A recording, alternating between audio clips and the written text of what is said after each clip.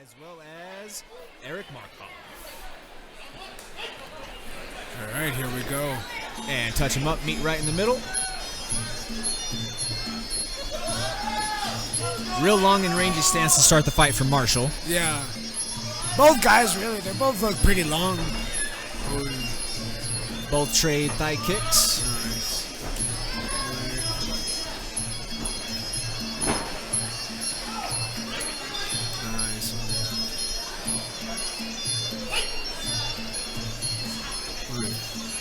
Both guys feinting a lot too. I like that. Certainly, and you know, with both of those striking systems, Rafa, they're both very heavily nuanced in trap setting and being able to work and create those angles. Whether it's the Bang Muay Thai system originally developed from guys like Bas Rutten and Dwayne Bang Ludwig, and then on the flip side, you have guys like Nufel Okasri, who is an extremely accomplished kickboxer, fought in the glory ranks at one stage. You know, you just have two very accomplished curriculums that have fighter after fighter that they can boast that skill set. Yeah, 100%. And you've seen great guys come out of both camps. Obviously, from Bang, you've seen TJ Dillashaw, and from high altitude, you've seen Corey Sandhagen. And I mean, those two guys fight, and if you watch those two fight, you can tell their striking's ridiculous, you know? Absolutely, absolutely. And both of these guys here today came to fight. Marshall as well as Melendez have not stopped ever since we started that initial bell. One thing that I am seeing a little bit though, Rafa, and you could correct me if I'm wrong, they're both crashing a little bit, especially when they're throwing their power punches. Yeah, they're both crashing a little bit. I'll say one thing that I like that I saw Marshall do is he's punching after his kicks. I think that's a lot of things that guys miss at the beginning. They always either finish combinations with kick or don't punch after their kicks. Agreed.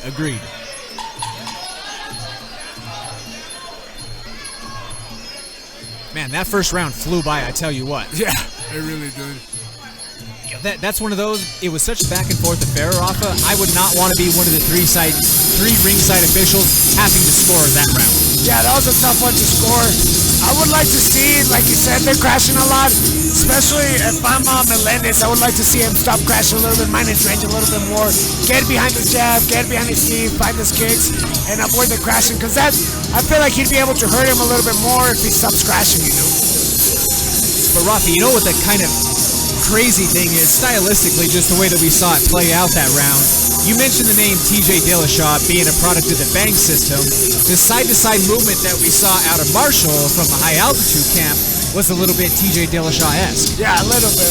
I mean, I'm sure these guys have watched, just fights in general, so as a fan, you start adopting things from the fighters, whether they turn out of the camp or not. Certainly, and just as a whole, with both of these guys having two fights on one side, one on the other, they're working to find angles. They're not just coming in a straight line every single time. And for me, or at least from my vantage point, that's impressive to see with these guys that are so early in their career, knowing the nuances of the game in that respect. Yeah, man. I mean, the level nowadays is ridiculous. I remember when I was first started fighting, all you did was just go on there and chuck them hands, Like, now you're seeing these guys, first couple of fights, they're feinting, finding stuff, and they're being smart with their techniques, Well, I mean, Rafa, you're of the OG era. You were the era of guys that you could just go smoke a cigarette, drink a pitcher of beer, and then go up and throw some hands, right? Oh, 100%, man. I've seen some things in the regional scene.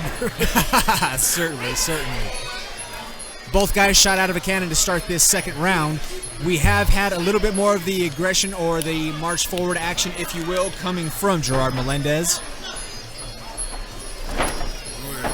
That's the other thing, too, is this Colorado scene is ridiculous. It's a lot better than a lot of the other scenes in the country, and these guys just are developed right off the cannon, Certainly. Nice overhand. Nice overhand right away to start that combination from Marshall.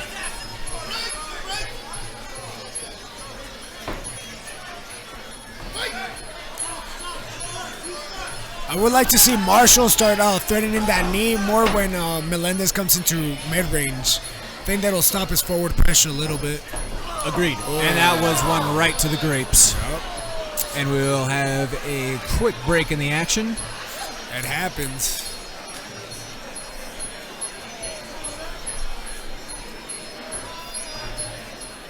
And definitely a little upset reaction from Nufel Okasri. I think he's waiting for or asking for a point to be taken. Yeah, I don't know if it's quite necessary to get a point taken away. I mean, it was pretty clearly accidental, but I totally agree. But, you know, I mean, if you're in the corner, you're certainly, I mean, you're a cornerman yourself. You're fighting for any possible advantage that you can from your fighter, right? You got to do what you got to do to win. Yeah, 100%. But just as you mentioned, it wasn't intentional. It was through the sequence of action in that combination. One thing that Marshall's doing is he's looking down a little bit when he's punching, and I think that's why he's struggling with his defense. Which I think that's actually kind of like a big theme in this fight. Both guys good offense, but their defense is lacking a little bit. I would agree. And I would say in terms of the punches, we're seeing a lot of wide punches as opposed to something coming straight. I think if either one of them mixes up a straight shot here and there, they might find a little bit more success in that continuation of their striking attack in that exchange directly. Yeah, especially if you're Marshall, it'll stop the pressure forward, you know? It's easy to come in on wide punches, but on straight punches, you can't really come in. Just for example right there, folks, we saw about, between the two of those fighters, roughly about 8 to 10 punches thrown in that final flurry, but every single one of them were looping punches. They were all hooks and overhands as opposed to something more like a jab or a cross coming straight down the chute. Yeah, like I said, they're looking down and not really looking at their target, so they're missing a lot as well, you know? But some of that also comes down to experience, right? 100%, yeah. As you get experience, you get more used to seeing punches coming your way, and then you get better at countering. And a lot of defense, you know, everybody, when they first start, they get so obsessed with the offense, because the offense is the fun part of fighting, right? Right. So you gotta learn through experience, like, okay, I gotta work on my defense. I gotta use my defense better, and defense turns into offense. And that's where it reverts back to the fundamental principles of timing beats speed, precision beats power, correct? 100%, yeah. The straightest distance between 2 points is going to be that straight line. Yeah, 100%, yeah. Yeah, and if you're throwing straight punches, now they're forced to cut angles to come inside, because they can't come in on a straight line, you know? Certainly. Now, through 2 rounds, Rafa, how do you see this fight? I kind of think that Melendez's pressure is probably winning a little bit, but it's a hard fight to score. You know, they're both throwing down. Agreed. I think this is as tight as it could possibly be. You know, for lack of a better ruling in this situation, I'm going to say 1-1 coming into the third. It could be 2-0 on the Melendez side just because of the pressure and the aggression, but it's not like Marshall has not landed in his own attempts. No, I mean, both guys are throwing down, you know. They came here to fight. Boy, that was a beautiful mix-up on the kick right there. I love seeing the creativity. I love seeing guys come out here and take risks. This is where you're going to find out about yourself. Yeah, 100%. One difference here that you're seeing between this one and the last fight is these guys aren't really body punching. They're both head hunting a lot, and body punching would be a nice mix-up for these guys. 100% agree with you there. Yeah, we saw a phenomenal attack to the body throughout the entire contest until the stoppage from Owen Schultz in the previous contest. Yeah, and it won him the fight, you know, made a huge difference in that fight. And I think it would make a huge difference in this fight as well. It's just, it's basically, it's an investment, right? It's an investment into early on into those later rounds of the fight. Yeah, and again, going back to defense, you know, if I start attacking your body, then you got to mix up your defenses. That's how I set you up to go to the head, you know? Correct. And just as you mentioned right there, you know, with that high kick, I believe that Melendez was straight ready for it. You know, whether or not the initial feint was coming down low, we just haven't seen the action come to the body enough for him to honor that or change his levels. Yeah, 100%. But you have to give Marshall absolute credit. This kid, even off of his back foot, he is throwing as heavy and as hard a shots as he possibly can. Yeah, man, he's on some nice kicks this round. Oh, got him back. He was right to the back of me, so I couldn't tell where the angle was. I couldn't tell if that was right to the solar plex or if that was a little bit below the belt. It looked a little bit below the belt to me, but yeah, I didn't have the best angle either. But the referee seems to think it was below the belt as well. We're inside the short time marker of this third and final round, so I do believe that as soon as we resume action, it will get to the final bell.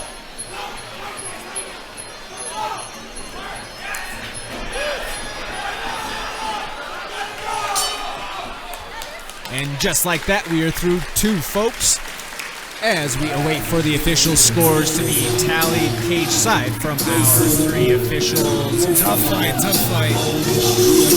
What a tough fight between the 2 of them. You know, I would have to give, if we're given a slight edge, again, razor thin margin in this fight, Rafa, but purely off of walking forward and the aggression alone, I would have to lean Melendez, but I would not be shocked if it went Marshall. Yeah, me either. I think Melendez as well. I actually think Marshall did his best work in the third round, but I think the forward pressure of Melendez was too much for him. Agreed. Marshall finished the fight as strong as he possibly could have in that third and final frame. It's going to be a difference ultimately of how did those first 2 rounds get scored. Because I do agree with you 100%. That third round with Marshall, how does it shake up though when we bring it all in collectively? We shall see in just a couple of moments after we have those scores tallied from Jacob Holmes, Armando Enrique, as well as Eric Markov. And you gotta remember, Muay Thai too, Melendez was throwing a lot of hands, but kicks count way more. Kicks and knees count way more in Muay Thai fights. So that might make the difference in the fight too if Marshall wins. Certainly. And it looks like we are collecting all the scores right now, and it will be read off momentarily. We are being officiated today by the commissioner himself, Tony Cummings, sitting ringside, as well as a fixture in the Colorado mixed martial arts scene, as well as the Muay Thai world. Can we call him just flat out Colorado legend in Muay Thai? Yeah, Oscar Martinez. Yeah, he's been around for a minute. When I first moved here, I heard about Oscar Martinez a lot, and I see him at basically every show, every local show around here. Certainly, and whenever it comes to a show that Oscar Martinez is presiding over, all the T's are going to be crossed and the I's will be dotted. It will be ran like a well-oiled machine. All right. Yep. The winner of bout number 2, by unanimous decision, out of the blue corner, Gerard Melendez.